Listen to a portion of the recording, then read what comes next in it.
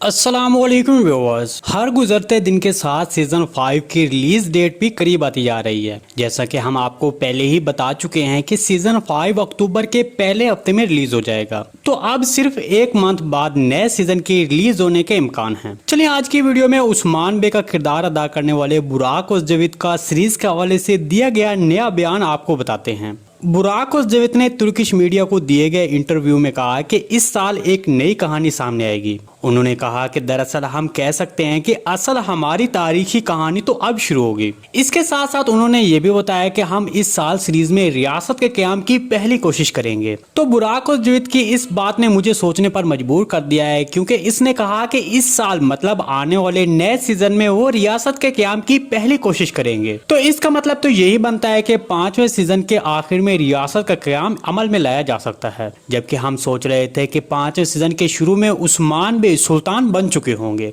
और उस्मानी रियासत कायम हो चुकी होगी। तो अब इसके बारे में आपको बताते चलें कि ऐसा बिल्कुल नहीं होगा, बल्कि बुराक ओज़दवित के नए बयान के मुताबिक रियासत का क़याम 5वें सीजन के आखिर में हो सकता है।